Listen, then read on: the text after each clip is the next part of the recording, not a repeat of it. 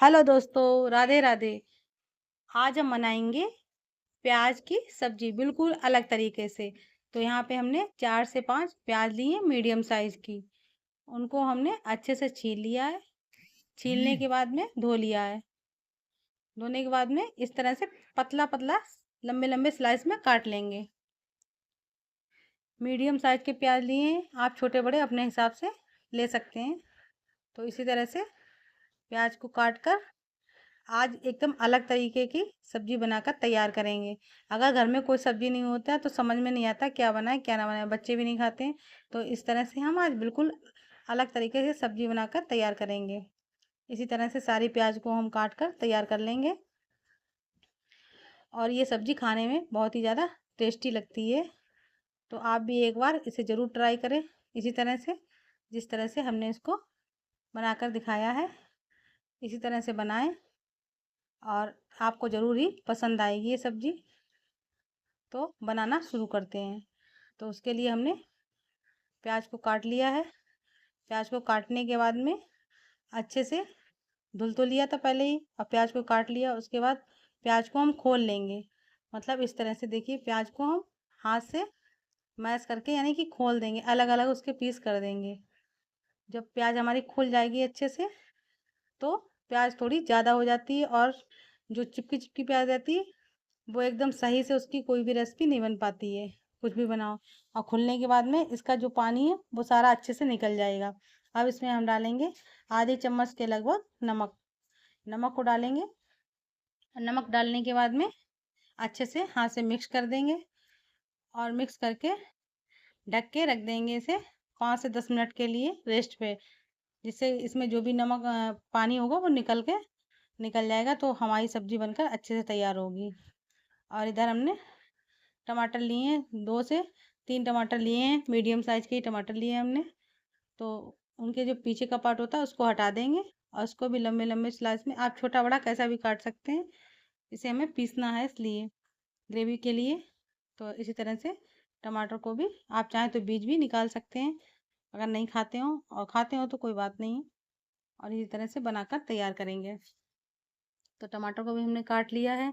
और यहाँ पे लिए हमने एक मिक्सी का जार ले लिया है, उसमें डाला है हमने यहाँ पे 10 से 15 लहसुन की कलियां डाली हैं, 2 हरी मिर्च, 2 लौंग, 2 सफ़ेद वाली इलायची डाली है, 1 से 1.5 चम्मच धनिया डाला साबित वाला। और इस तरह से एक पेस्ट बनाकर एक एक छोटा सा दालचीनी का टुकड़ा भी डाला है और पेस्ट बनाकर तैयार कर लिया है। उसको हमने साइड से रख दिया है।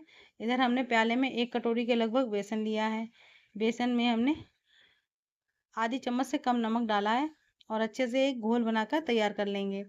ज़्यादा पतला नहीं करना है, हमें थोड़ा थिक ही रखना है घोल को। इसी तरह से एक ही डायरेक्शन में चलाते हुए अच्छे से घोल को बना लेंगे। इसमें सोडा वोडा कुछ नहीं डालना है हमें, बस इस तरह हींग और नमक डालकर घोल बनाएंगे। हींग को भी हमने डाला है थोड़ा सा।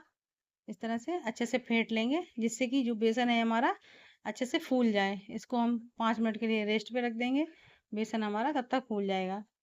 और इधर कढ़ाई को रख दिया गैस पे और उसमें डाल दिया हमने सरसों का तेल। आप कोई भी तेल डाल सकते हैं, हमने सरसों का तेल डाला है। उसमें सब्जी बहुत अच्छे से बनकर तैयार होती है। और मीडियम साइज की हमने एक प्याज काट ली थी, 5 प्याज उधर काटी थी, एक प्याज ये काटी है। इसको हमने छोटा छोटा काट लिया है, ऐसे सुनहरा होने तक भून लेंगे प्याज को। ग्रेवी बनाएंगे, इसके लिए हमने यहाँ पे पीस के प्याज नहीं डाली है, बस काट के प्याज को डाला है क्योंकि प्याज की ही सब्जी बना रहे हैं हम। तो इस तरह से प्याज जब हमारी सुनहरी हो जाएगी, हल्की हल्की प्याज हमारी सुनहरी होने लगी है, हमने इसमें आधी चम्मच के लगभग हल्दी पाउडर डाल दिया और मिर्च डाल दिया आधी चम्मच के। और जो मसाला हमने पीस के रखा था ग्रेवी वाला, उसको भी हमने इसी टाइम डाल दिया है। डालने के बाद में इसे 5 से 7 मिनट के लिए अच्छे से पका लेंगे, जिससे कि जो ग्रेवी है हमारी इससे तेल निकल जाए, मतलब तेल छोड़ दे ये। जो भी मसाला भूनेंगे उसमें से तेल निकल जाएगा।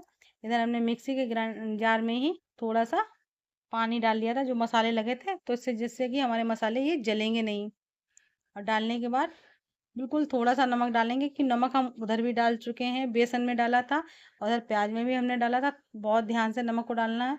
तो थोड़ा सा हमने टेस्ट के अनुसार नमक डाल दिया है।